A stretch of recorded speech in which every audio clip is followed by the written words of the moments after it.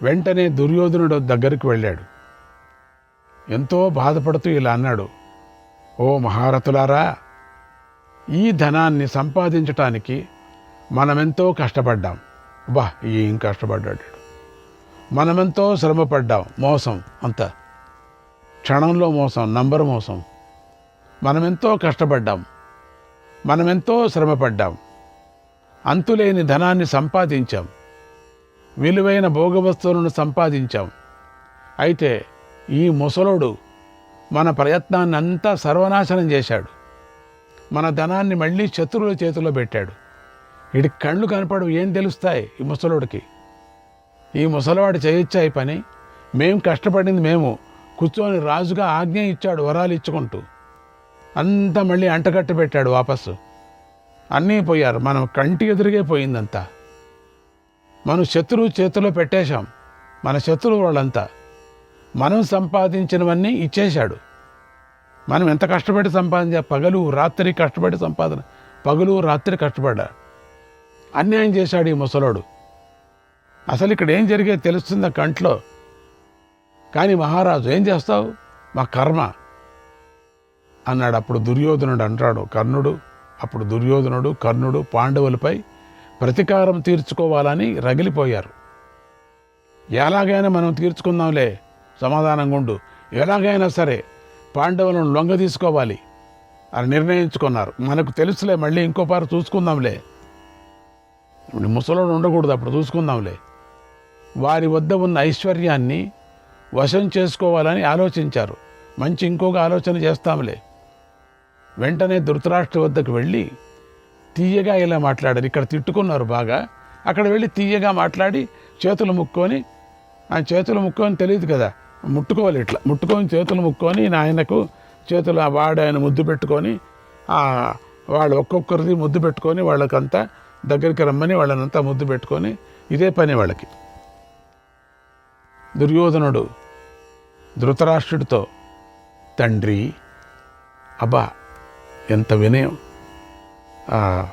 నక్కగుణం, ఈ లోకంలో అర్జునుడితో సమానమైన వాడు లేడు కదా, విలువిద్యలో సాటి అయిన వాడు లేడు. అర్జునుడికి 2 చేతులున్నాయి, కానీ అతడు 1000 చేతులు గల కార్తవీర్యార్జునుడితో సమానమై ఉన్నాడు. అంటే అంత ఎక్కువ పెట్టగలడు బాణాన్ని. అర్జునుడు తీసేటువంటి బాణం అక్షయ తోణీరం, అది వేరే. తీసే కొద్దీ ఎవరైనా వేయాల్సిన పని లేదు. అక్కడ ఎవరైనా పరిచారకులు వెళ్ళి అయిపోతున్నాయి, 2 వేయండి, 3, 4, 5 అందించండి అది తీస్తూనేదే తెలియదు. అది అట్లా వర్షమాన్నే కురిపిస్తాడు. అది వీళ్ళెవరికి రాదు. వీళ్ళంతా ఒక్కపారి ఇట్లా అనేసి మళ్ళీ ఇంకో పారి అనుకొని దాన్ని ఉఫ్ అని ఇట్లంతా అనాలి. వీళ్ళకి అదొచ్చు. అర్జునుడు అది కాదే, టక్క టక్క టక్క టక్క టక్క.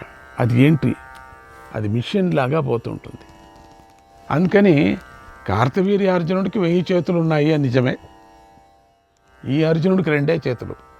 కార్తవీర్య అర్జునుడు 1000 చేతులతో బాణాలు ప్రయోగం చేశాడు, అది మనకు తెలుసు. కానీ ఇక్కడ అర్జునుడు 2 చేతులతోనే ప్రయోగం చేస్తాడు. అర్జునుడు పూర్వం ఊహించటానికి కూడా వీలు కాని ఎన్నో సాహస కృత్యాలు చేశాడు. వాటిని చెబుతున్నాను విను. ద్రుపదుడి నగరంలో ద్రౌపదీ స్వయంవరంలో అర్జునుడు చూపించిన విక్రమం అసాధ్యమైనది, అద్భుతమైనది నాయన. విపరరూపంలో ఉన్న అర్జునుడు ద్రౌపదిని పెళ్లి చేసుకున్నందుకు రాజులెందరో కోపించారు తెలుసా. మోసం చేశారు, మా పెళ్లి చేసుకున్నారు అనే విధంగా. అప్పుడు అర్జునుడు ఎన్నో బాణాలను సులభంగా విడిచిపెట్టి ఎక్కడి వారిని అక్కడే నిలబెట్టేశాడు. కదలటానికి వీళ్ళు లేకుండా చేశాడు. వాళ్ళ పాదాల దగ్గర నిలబెట్టాడు. ఒక్కొక్క బాణం వేసే చక్క. అంత సభలో అంతమందికి ఒక్కొక్కరికి ఒక్కొక్క బాణం ముందు వేశాడు. అడుగు ముందు పెట్టారు, నెక్స్ట్ ఇంకొక బాణం వచ్చి ఇక్కడ గుర్తుకుంటుంది అనేసాడు. రాజులందరినీ తానొక్కడే గెలిచాడు. ఆ సందర్భంలో కర్ణుడు ఓడిపోయాడు.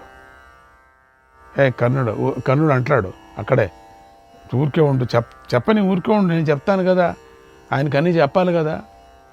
మహానుభావుడు మహారాజా నాన్న అంటున్నాడు. చెప్పు నాయన. రాజులందరూ ఓడిపోయారు, విజయుడై విజయం సాధించాడు, పరాక్రమంతో ద్రౌపదిని గెలుచుకున్నాడు. అప్పుడు అతడు చూపిన పరాక్రమం ఎలా ఉంటుందో పూర్వం భీష్ముడు అందరిలోనూ అంబను గెలిచిన విధంగా ఉంది. మరొకసారి అర్జునుడు తీర్థయాత్రకు వెళ్ళాడు. ఆ సమయంలో నాగలోకానికి వెళ్ళి నాగకన్య అయినటువంటి ఉలూపిని పెళ్లి చేసుకున్నాడు. తర్వాత గోదావరి, వేణి, కావేరి నదుల్లో స్నానం చేశాడు. ఆ తరువాత కుమారతీర్థానికి వెళ్ళి తన పరాక్రమాన్ని ప్రదర్శించాడు. మోసగాళ్లైన మొసళ్ళుగా మారినటువంటి 5 అప్సరసలను శాప విముక్తి కలిగించాడు.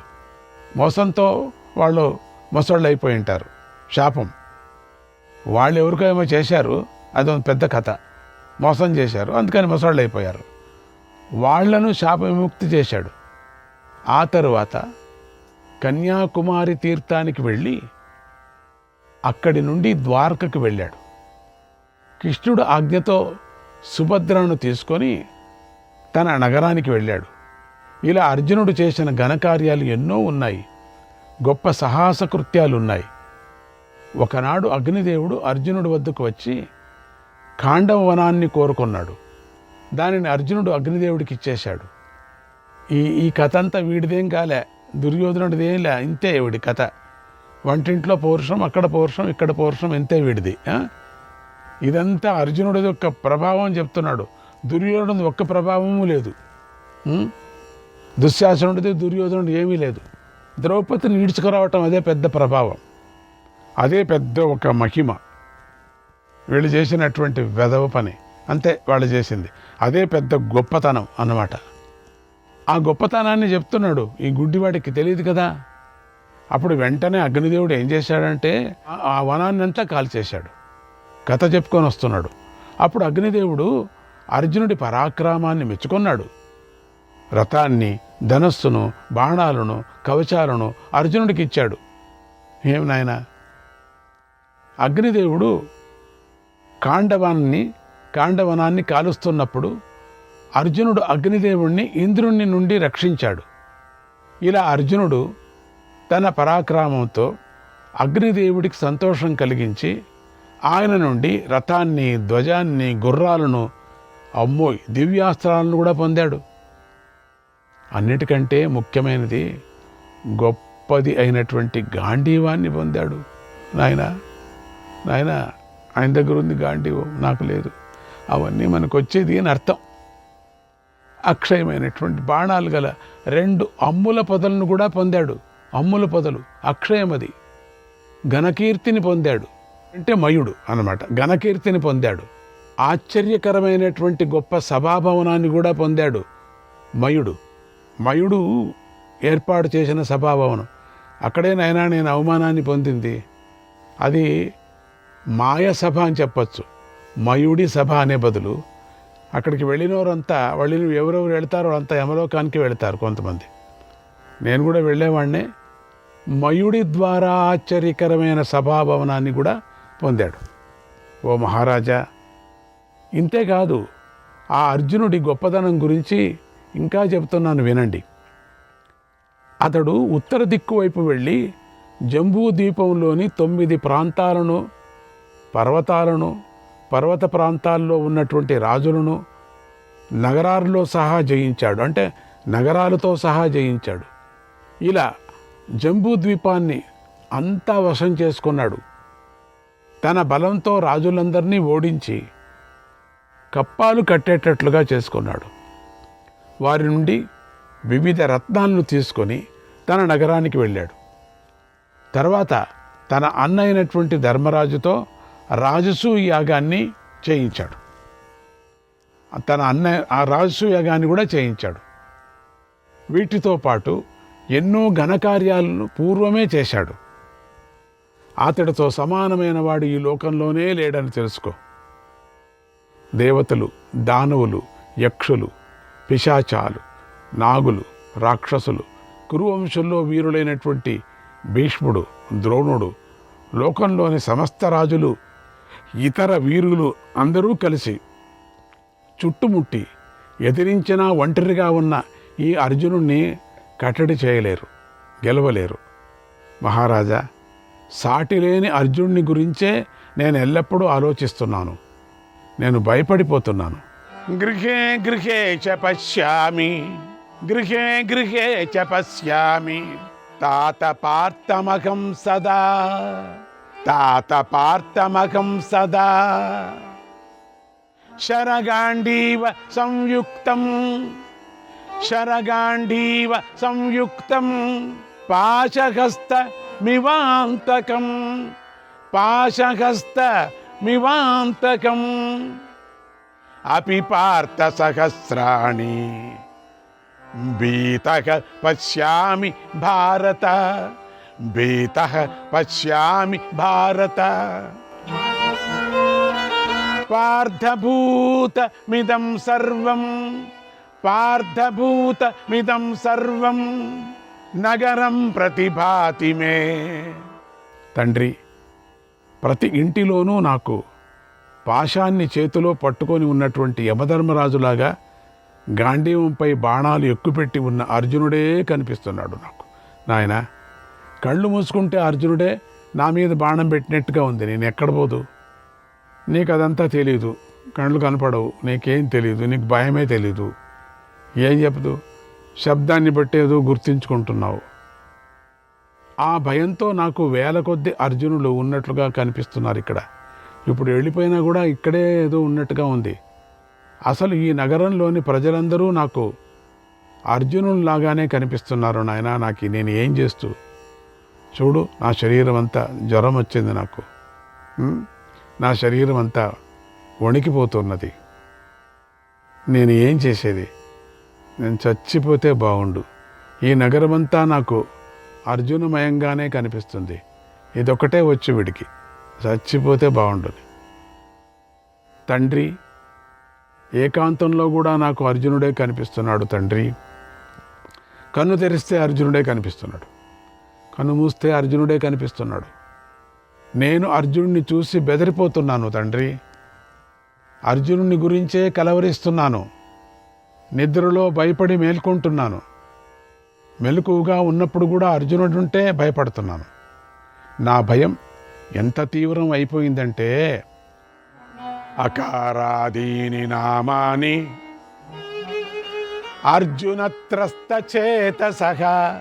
అశ్వాశ్చార్ద హ్యజాశ్చైవ, అశ్వాశ్చార్ద హ్యజాశ్చైవ, త్రాసం సంజనయంతి మే, త్రాసం సంజనయంతి మే. అకారంతో మొదలయ్యే అశ్వము అర్థము, అజ మొదలైన ఆతో ప్రారంభమయ్యేటువంటి పదాలను వింటే చాలు నాకు భయం వేస్తుంది. ఒక్క అర్జునుడికి తప్ప నేను ఏ వీరులకు భయపడను. యుద్ధంలో అర్జునుడు ప్రహ్లాదుడినైనా బలిచక్రవర్తినైనా చంపగల శక్తిమంతుడు. అర్జునుడితో యుద్ధం అంటే తన వంశాన్ని నాశనం చేసుకోవటమేనని తెలుసుకోండి. అర్జునుడి ప్రభావం ఎంతెంతో నాకు తెలుసు అని పూర్వం దండకారణ్యంలో రాక్షసుడైన మారీచుడికి రాముడంటే ఎంతో భయం పట్టుకుందో, ఎంత భయం పట్టుకుందో, ఇప్పుడు నాకు అలాగే అర్జునుడంటే అంత భయం పట్టుకుంది అన్నాడు. అప్పుడు ధృతరాష్ట్రుడు, నాయనా, దుఃఖించుకు, బాధపడకు. అర్జునుడు శక్తిమంతుడని నాకు కూడా తెలుసు. అతన్ని ఎవరూ ఎదిరించలేరని కూడా నాకు తెలుసు. కనుక నువ్వు ఆ అర్జునుడికి నచ్చని పనిని ఏదీ చెయ్యకు. జాగ్రత్తగా ఉండు. అది జూదమైనా సరే, అస్త్రయుద్ధమైనా సరే, చెడు మాటలైనా సరే ఎప్పుడూ చెయ్యకు. అతడి జోలికి వెళ్ళకు. ఒకవేళ ఏమైనా వెళితే మీరు అతడితో యుద్ధం చేయవలసిన పరిస్థితి ఏర్పడుతుంది. ఆ పరిస్థితిని తెచ్చుకోకు నువ్వు. కనుక ఓ కుమారా, నువ్వు ఆ అర్జునుడితో స్నేహంగానే ఉండు, మంచి సంబంధాన్నే పెట్టుకో. అర్జునుడితో మంచి సంబంధం ఉన్నవాడిని 3 లోకాలు వారితోనూ భయం ఉండదు కదా. అటువంటిది అర్జునుడితో సమం కదా, జాగ్రత్తగా ఉండు. అర్జునుడితో సంబంధం ఉన్నవాడికి 3 లోకాలు వారితోనూ భయం ఉండదు. అర్జునుడితో స్నేహం పెట్టుకో, అర్జునుడిని దగ్గర పెట్టుకో, ఎంత సామ్రాజ్యమైన సంపాదన చేసుకోవచ్చు అని అర్థం. కాబట్టి నాయన, ఆ అర్జునుడితో నువ్వు ఎప్పుడూ స్నేహాన్నే చెయ్యి అన్నాడు. అప్పుడు దుర్యోధనుడు, తండ్రి, మేము జూదంలో అర్జునుడిని మోసగించాం, మోసంగా ప్రవర్తించాం, అది నిజమే. కానీ పాండవులను ఏదైనా మరో ఉపాయంతో చంపితేనే, చూడు ఇంత చెప్పినా కూడా మరో ఉపాయంతో చంపితేనే నా మనస్సు శాంతిస్తుంది, మనకు మేలు కలుగుతుంది. కనుక ఉపాయాన్ని ఆలోచించు అన్నాడు. అప్పుడు ధృతరాష్ట్రుడు అంటున్నాడు, నాయన, మనం పాండవుల విషయంలో ఎలాంటి ఉపాయాన్ని ప్రయోగించకూడదు. నువ్వు ఇంతకుముందే వారిపై ఎన్నో ఉపాయాలను ప్రయోగించావు. వారు వాటన్నిటినీ సులువుగా దాటేశారు. కనుక మన వంశం జీవించి ఉండాలని నువ్వు అనుకుంటే అర్జునుడితో నిత్య స్నేహంగానే ఉండు. నిత్యము కూడా మనం బంధువులందరూ జీవించి ఉండాలని నువ్వు అనుకుంటే అర్జునుడితో నిత్యము స్నేహంగానే ఉండు. నువ్వు జీవించి ఉండాలని అనుకుంటే అర్జునుడితో నిత్యము స్నేహంగానే ఉండు అన్నాడు. ఆ మాటలు విని దుర్యోధనుడు కొంతసేపు ఆలోచించి ఇలా అన్నాడు, మహారాజా, పండితుడైన బృహస్పతి ఇంద్రుడికి నీతిని ఉపదేశిస్తూ అన్న మాటలు నీకు తెలుసు కదా, వాటిని ఒక్కసారి గుర్తు చేసుకో. సర్వోపాయైర్ నిహంతవ్యాః, సర్వోపాయైర్ నిహంతవ్యాః, శత్రవః శత్రుసూదన, శత్రవః శత్రుసూదన, పురా యుద్ధాత్ బలాద్వాపి, పురా యుద్ధాత్ బలాద్వాపి,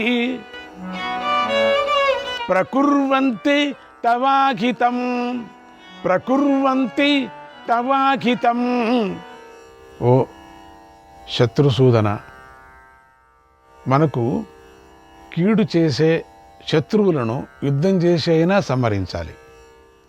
యుద్ధాన్ని చేయకపోయినా సరే, ఎప్పుడూ వీడేమనుకుంటాడు, ఎప్పుడు వాళ్ళు కీడు చేస్తారు కీడు చేస్తారు కీడు చేస్తారనే ఒక భయపడుతున్నాడు. అందుకని వాళ్ళని అట్లా కట్టేశాడు. అందుకని యుద్ధాన్ని చెయ్యకపోయినా సరే ఏదో ఒక ఉపాయంతోనైనా సంహరించాలి. శత్రుశేషం అనేదే ఉండకూడదు. శత్రువులు అనుకోనేశాడు, చిన్నప్పటి నుంచి అదే వచ్చింది వాడికి. సమూలంగా వధించాలి. అదంతా తిరగబడుతుంది అనేది తెలియదు వీడికి పాపం. అవన్నీ ఉపాయాలంతా వీడి మీదే పడతాయి. ఇప్పుడు మేము పాండవుల ధనంతోనే రాజులను పూజిస్తాం, సత్కరిస్తాం, పాండవులతో యుద్ధం చేస్తాం. అప్పుడు మనకు ధనం నష్టం కాదు, మన సామాగ్రి నష్టం కాదు. మనలను కాటువేయటానికి వచ్చిన క్రూర సర్పాలను మెడ మీద ఎవరు వేసుకుంటారు? ఎవరు కూడా వేసుకోరు కదా. క్రూర సర్పాలు మెడ మీద వేసుకొని అలంకారంగా పడతారు, వెళ్ళరు. నక్లీస్ అనుకుంటారా? వాటిని ఎందుకు విడిచిపెట్టారు మీరు? వాళ్ళంతా వాటిని ఎందుకు విడిచిపెడతారు కదా? దాన్ని ఏం చేస్తారు? ఆ పాముల్ని వధిస్తారు. మనం కూడా క్రూర సర్పాల వంటి పాండవులను వధించుదాం. పాండవులు కోపించి శస్త్రాలను ధరిస్తారు. శ్రీకృష్ణాయ పరమాత్మనే నమః.